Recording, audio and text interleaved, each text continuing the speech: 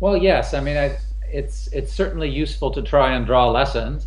I mean, it's clear that every country is different and unique in their own particular way, and you can never take one precise solution and transplant it to another. But certainly, there's great scope for learning on these kinds of matters. I mean, I think one key thing that I think is also important to think about when we have this discussion is that agricultural policy and food policy are different things. And really, I think most of the time what we should be looking at is food policy. We need to understand that there has to be a balance between producers and consumers. So, I mean, agriculture is growing the food, but we need to pay attention to the people who are consuming the food as well. The role of the government is clearly very, very important. I mean, we don't want to forget about the private sector. I mean, actually, if you look at the magnitude of investment in agriculture, FAO's most recent or last year's FAO's report on the state of food and agriculture showed that private investment far dominates public investment in the sector. Nevertheless, the role of government is very, very crucial. Providing a stable macroeconomy, investing in public goods that can catalyze that private investment, and creating an enabling environment for private investment, so that private investment does not take place in a vacuum, and the role of the government is very, very important. All of the countries have really taken advantage of improved agricultural technology, and this is really crucial both for growth and for equity. If we think about the green revolution technology where we had seeds, fertilizer, and irrigation, I mean, this benefited a wide swath of society. It improved the productivity of farmers and landowners. It increased labor demand, which helped the many people who are landless in a lot of Asian countries.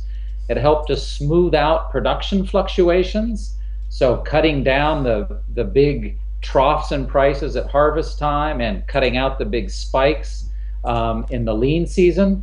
So it really it helped achieve some balance between consumers and producers.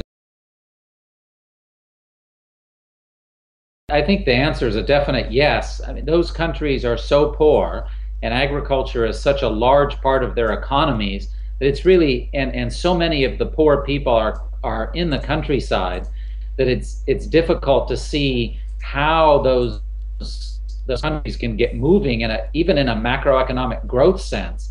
Even if all you believe in is growth and never mind equity, it's hard to see how those economies can get going without substantial investment and better technologies in agriculture. And this becomes all the more important if you want to take into consideration equity because of the dominance of poverty in rural areas.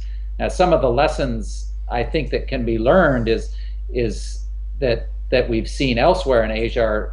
I've mentioned some of them before, but I mean, maintaining a stable macroeconomy in terms of exchange rates and inflation, maintaining some kind of general openness to the rest of the world. That doesn't necessarily mean exactly free trade, but it means openness to imported technologies and knowledge, and also exposure to some discipline imposed by world markets.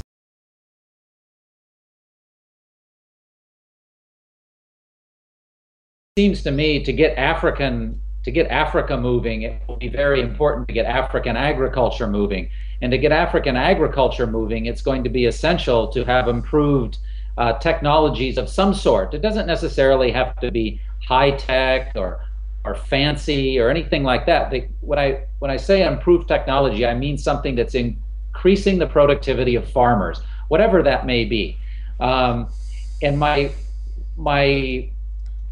worry about Africa is that this task may be much more difficult than it was in Asia, for the simple reason that Asian production environments, I'm thinking mainly of rice here, where rice is a very dominant crop, but Asian production environments are relatively homogeneous. There tends to be a fair amount of water available.